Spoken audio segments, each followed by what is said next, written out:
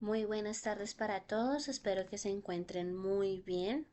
El día de hoy pues vamos a continuar en donde habíamos dejado nuestra clase anterior, que era el tema de músculo liso, y la idea es terminar ya el tema de tejidos.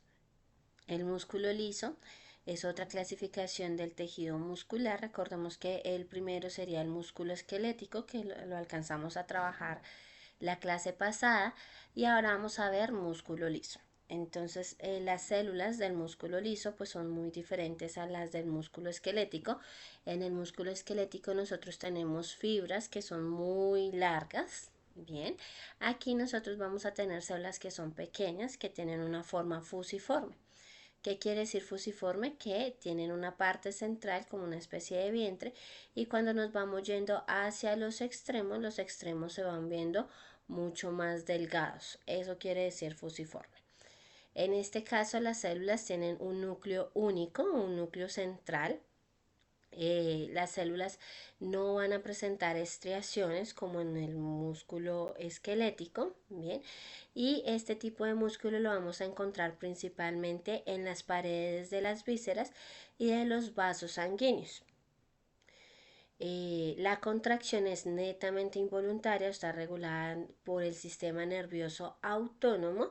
Aquí nosotros no podemos generar la voluntariedad como en el músculo esquelético de decir contráete estómago o contráete intestino o contráete arteria, sino que eso es completamente independiente a nuestra voluntad. ¿Cómo se realiza la contracción del músculo liso? Pues cada una de estas células va a tener esta especie de red. Esta red son proteínas de actina y miosina, y cuando se contraen estas proteínas, lo que va a suceder es que se va a volver o se va a chiquitar como una especie de balón que yo espicho. Así es la forma en que se va a contraer el músculo liso. La clasificación del músculo liso, pues vamos a tener un músculo liso unitario o visceral, en donde pues digamos que los musculitos, o los musculitos no, sino las células, principalmente se van a comunicar por uniones tipo gap.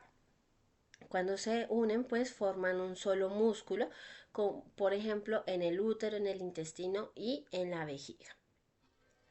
Mientras que el músculo liso multiunitario, pues cada célula va a recibir una inervación individual, como podríamos ver en el folículo piloso. Entonces yo tengo acá en esta imagen mi folículo, y esta parte de acá sería el músculo liso, que es el músculo erector del pelo, y pues este se contrae cuando yo necesito una contracción mucho más precisa y fina, como por ejemplo cuando a mí me dan escalofríos. Las funciones del músculo liso. Entonces el músculo liso, pues una de sus principales funciones va a ser la contracción, pero es diferente a la contracción del músculo esquelético, que es una contracción rápida, listo, y voluntaria. Aquí yo voy a tener una contracción que es mucho más lenta y sostenida. Esta contracción puede durar minutos u horas, porque pues recuerden que si yo como algún alimento, pues este proceso dura muchas horas en el sistema digestivo. Entonces durante ese tiempo que dura el alimento en el sistema digestivo, pues necesito estar realizando la contracción para ir moviendo esa comida. Tiene un bajo consumo energético, es decir, usa poca ATP. Realmente, si este tipo de músculo usara muchísimo ATP, pues realmente no lograríamos cubrir la demanda con solo la alimentación, sino rápidamente nos acabaríamos esa demanda y nos quedaríamos sin energía. Como es algo que dura minutos u horas, pues yo necesito tener un bajo consumo energético. Otra función es que tiene la capacidad de entrar en tónica prolongada, es decir, que puede mantener esa contracción durante mucho tiempo y la misma contracción o la misma cantidad de contracción. Por ejemplo, en los vasos sanguíneos, como vemos aquí en la imagen, pues el vaso sanguíneo tiene aquí en las paredes del vaso músculo liso.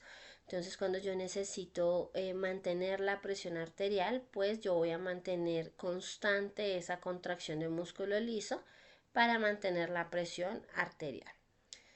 Otra característica es que tienen una plasticidad mecánica, es decir, que el músculo liso puede o tiene la capacidad de estirarse sin perder su capacidad contráctil, bien, como sería en el ejemplo de la vejiga, que muy similar al tejido epitelial de transición, que es el tejido donde yo estiro y regreso a mi forma. Esa misma capacidad tiene el músculo liso de estirarse y después volver a regresar a su forma natural. Ya pasando al músculo cardíaco, pues lo hablábamos un poquito que el músculo cardíaco es único y exclusivo del corazón. ¿Listo? Aquí las células las voy a llamar cardiomiocitos. Este también es una forma de músculo estriado, es decir, que cuando yo corto una parte del tejido cardíaco, este se va a ver al microscopio con estriaciones. ¿Listo? Por eso también lo voy a llamar estriado. Este es netamente involuntario, igual que el músculo liso. Recordemos que digamos que nosotros no tenemos la capacidad de decirle al corazón que lata o deje de latir, sino que eso está netamente controlado por el sistema nervioso autónomo. ¿Listo? Aquí como primera tareita pues van a buscar ustedes qué es el sistema nervioso autónomo para que lo tengan presente. El músculo cardíaco pues también se caracteriza por tener una contracción rítmica y automática. ¿Listo? No se va a fatigar fácilmente porque pues el músculo cardíaco dura todo lo que nuestra vida dure, entonces todo el tiempo está latiendo de una forma rítmica y automática. Y aquí es como si yo viera el interior de la célula, entonces esto que nosotros vemos aquí se llama una sarcómera. Entonces aquí tengo mi filamento delgado que está formado por las proteínas de actina y aquí abajito voy a tener mi filamento grueso que está formado por miocina. Aquí en la imagen, miren que aunque siendo una imagen de internet, pues claramente aquí están invirtiendo los nombres porque este es el filamento grueso y este es el filamento delgado, para que tengan presente que esta imagen presenta este error. ¿Cuáles son las funciones del músculo cardíaco? Pues uno es generar la bomba cardíaca, es decir, que impulsa la sangre como una forma de bomba hacia todo el cuerpo. Digamos que esa va a ser su principal función, generar esa contracción para hacer una bomba cardíaca. Va a mantener un ritmo constante y siempre coordinado. Recuerden que pues el corazón siempre va a latir a un mismo ritmo o una misma frecuencia, que digamos que en lo normal es que lata entre 60 y 100 latidos por minuto. Y otra característica muy bella del corazón es que tiene la capacidad de adaptarse a las demandas. Si por ejemplo yo corro hacia la estación del Transmilenio, pues eso hace que mi corazón tenga que latir mucho más fuerte y mi corazón tiene la capacidad para asumir esa demanda. Bien. Por el contrario, si yo, por ejemplo, estoy en reposo o yo estoy durmiendo, pues mi frecuencia cardíaca va a bajar la cantidad de latidos por minuto y se va a adaptar pues a una demanda que no le estoy generando. Entonces, el músculo cardíaco tiene esa capacidad. Bien, aquí nosotros tenemos o hasta aquí llegamos con el tejido muscular y aquí pasamos al tejido nervioso. Bien, tomen un minutico para reflexionar, pausen mi voz y reflexionen qué ven ustedes en las imágenes.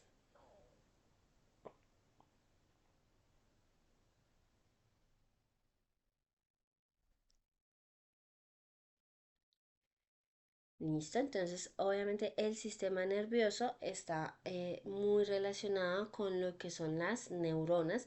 La neurona es la principal célula del sistema nervioso. Aquí nosotros tenemos el cerebro. Listo, el cerebro está formado por millones de neuronas. Aquí las neuronas pues me indican que tienen unas partes específicas esas neuronas.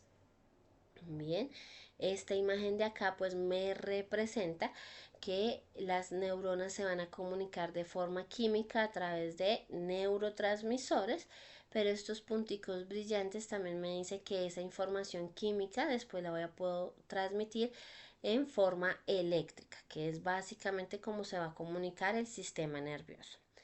Muchas veces creemos que el sistema nervioso únicamente tiene neuronas, pero también tiene otros tipos de células como las que vemos acá o las que vemos acá, que ya se las voy a explicar, que son muy importantes para el funcionamiento del sistema nervioso. Entonces, el tejido nervioso pues es un tejido altamente especializado que funciona principalmente para la comunicación y para el control del cuerpo. Entonces, teniendo en cuenta eso, pues sus funciones se van a ir directamente relacionadas con ello y una es recibir información en forma de impulsos eléctricos y químicos, que era lo que les decía. Las neuronas se van a comunicar entre ellas de una forma química y van a transmitir esa información después a través del axón, que es esta parte de acá, en impulsos eléctricos. Otra función pues va a ser procesar y transmitir la información en forma de impulsos eléctricos y químicos. Listo, lo que les acabo de mencionar.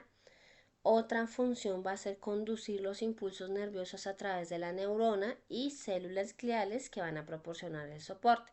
Yo les decía, la principal célula va a ser la neurona, pero también va a tener células gliales, que son las células que le van a dar soporte a esa neurona. Y tenemos diferentes tipos que ya los vamos a ver. También proporcionan soporte, nutrición, protección y aislamiento de las neuronas. Esta función específica pues es específicamente, valga la redundancia, de las células gliales. Y última función, pues participa en funciones esenciales como el pensamiento, la memoria, el movimiento y las emociones. Es muy importante, digamos que en todos los procesos cognitivos, este tejido nervioso. Y aquí cómo vamos a clasificar esas células del sistema nervioso. Entonces vamos a tener las células o las neuronas, que ya se las había mencionado, que tienen esta forma que ustedes ven en esta imagen de acá. Las neuronas yo las puedo encontrar tanto en sistema nervioso simpático, en sistema nervioso central y en sistema nervioso periférico, ¿listo? Van a averiguar qué es el sistema nervioso central y qué es el sistema nervioso periférico. Y las células gliales, pues yo voy a tener unas muy específicas para el sistema nervioso central y unas muy específicas para el sistema nervioso periférico. Entre las células gliales del sistema nervioso central, yo voy a encontrar los astrocitos. Los astrocitos son células muy importantes que le dan soporte estructural, permiten la nutrición y regulan todo el entorno de la neurona.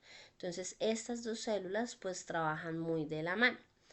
La microglía, que es esta celulita de acá, es una célula muy importante porque funciona para la defensa y la protección del sistema nervioso central.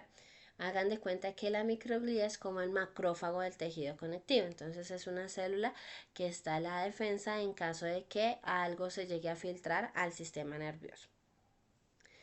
Y los oligodendrocitos son las células que forman la mielina en el sistema nervioso central. La mielina, aquí donde ustedes ven la neurona, esta zona de acá yo la conozco como el axón, y la neurona entonces tiene estas vainitas, estas cositas amarillas que son aislantes eléctricos, y esto lo voy a conocer como mielina. Entonces los oligodendrocitos son los encargados de formar esta mielina. Por otro lado, el sistema nervioso periférico pues va a tener las células de Schwann. Las células de Schwann son las encargadas de producir la mielina a nivel del sistema nervioso periférico, es decir, todos los nervios que van a salir, que van a inervar nuestros diferentes músculos. Esos nervios tienen mielina y esa mielina está formada o la forman las células de Schwann. ¿Listo? Entonces vamos a desglosar un poquito más la neurona. La neurona es la unidad estructural y funcional del sistema nervioso. La neurona, digamos que tiene unas partes, va a tener un núcleo, que es este que ustedes ven acá en moradito, va a tener un cuerpo celular, que es este de acá, De ese cuerpo celular van a salir muchas paticas o muchas ramificaciones y esas ramificaciones las voy a llamar dendritas.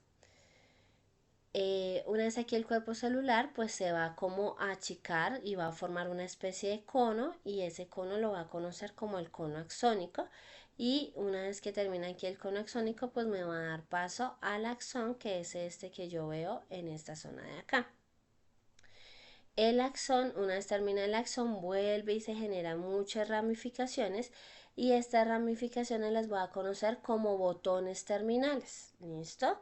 Entonces las neuronas se pueden conectar tanto por los botones terminales, o sea, se puede contactar con otra neurona, o acá las dendritas también pueden hacer contacto con otras dendritas y forman como una especie de red y esa red es la que va a transmitir el impulso nervioso o el impulso eléctrico y es la forma en que se van a comunicar las neuronas.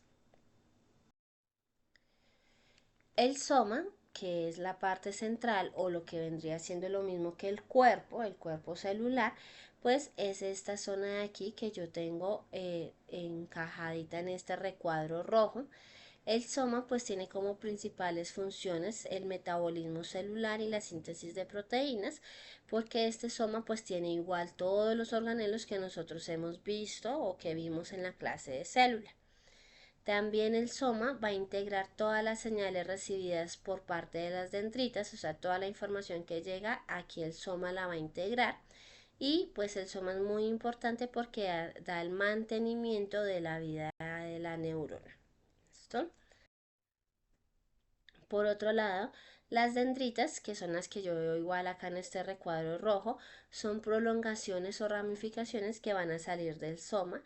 Su principal función pues es recibir estímulos de otras neuronas o del entorno. Entonces, estas estas dendritas van a recibir los estímulos, la van a pasar el soma, luego el soma integra la información y la van a transmitir a través del axón. Bien. Y pues también aumenta la superficie de contacto con otras células. No es lo mismo que yo tenga solo este cuerpo celular y pues sería más difícil o tendría menos superficie de contacto con otra neurona, mientras que cada una de estas paticas que ustedes ven acá en la imagen de las dendritas, cada una de esas puede contactar con una dendrita. Entonces yo puedo formar millones de conexiones entre solo dos neuronas. Ya aquí terminando, pues tenemos nuestro axón, que es el que vemos en el recuadro rojito, y estas moraditas que les había mencionado, pues son nuestras vainas de mielina. ¿Cuál es la principal función del axón? El axón transmite impulsos nerviosos desde el soma, es decir, desde aquí hacia las células. ¿Listo? O sea, hacia los botones terminales y estos botones terminales pues están contactando con otras neuronas.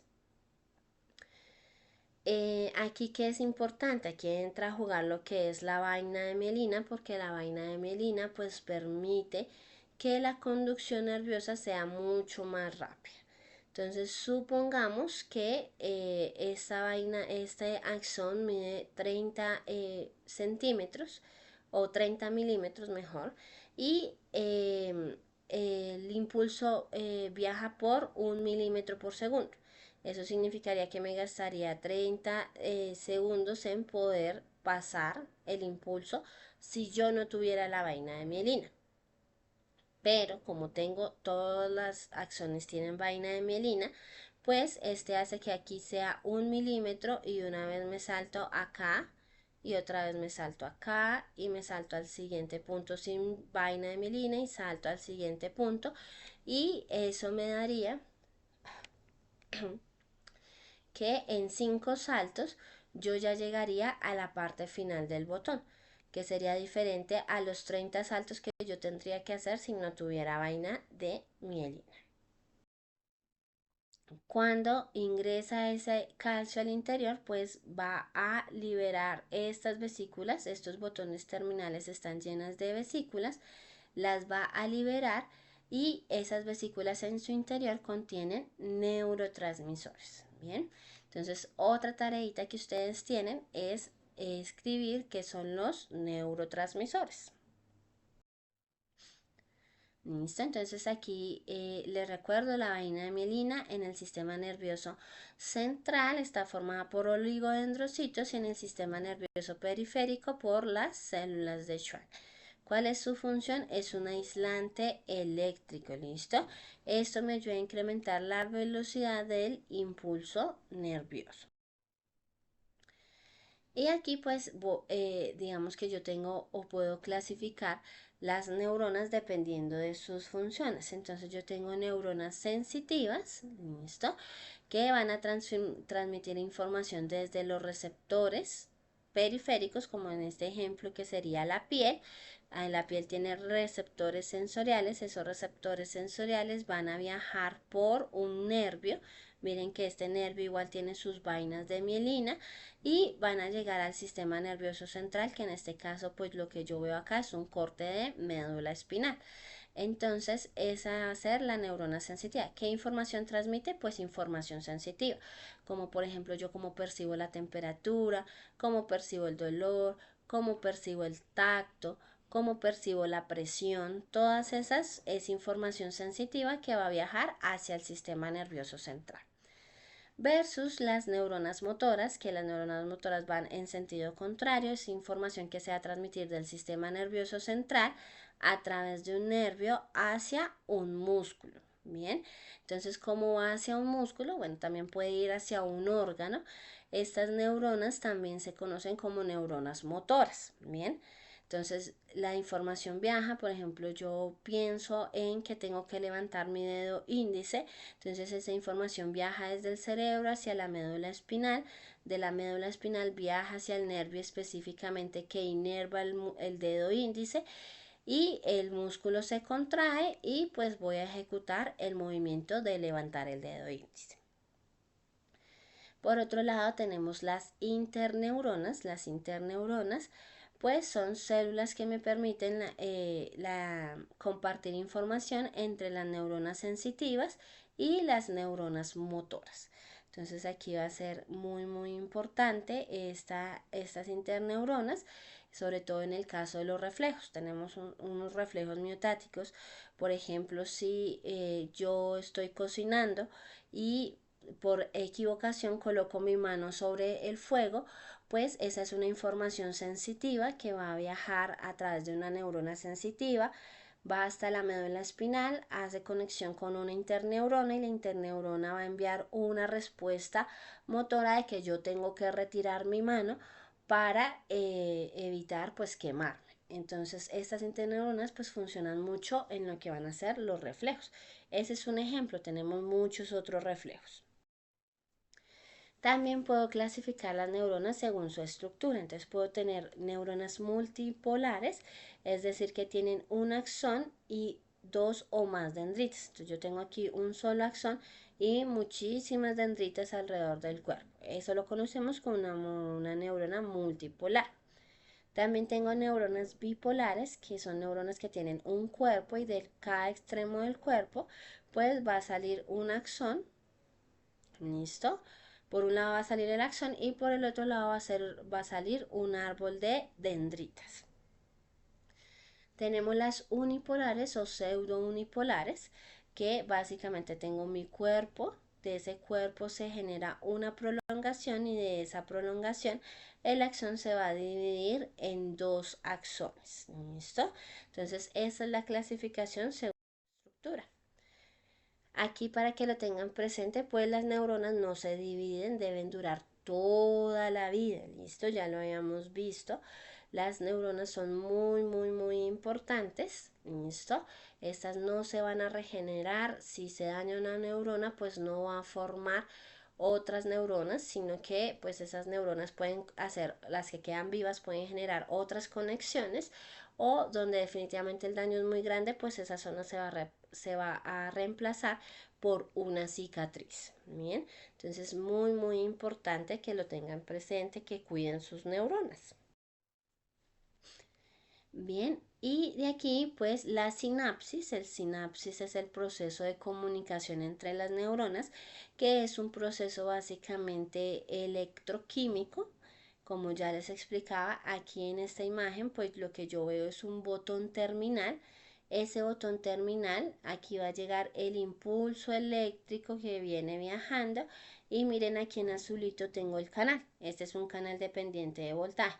Cuando este canal se abre permite la entrada del calcio hacia el interior y el calcio lo que va a hacer es que va a desplazar las vesículas hacia la parte final del botón terminal y las va a romper para que esa vesícula libere los diferentes neurotransmisores, que son las bolitas rosaditas que ustedes ven.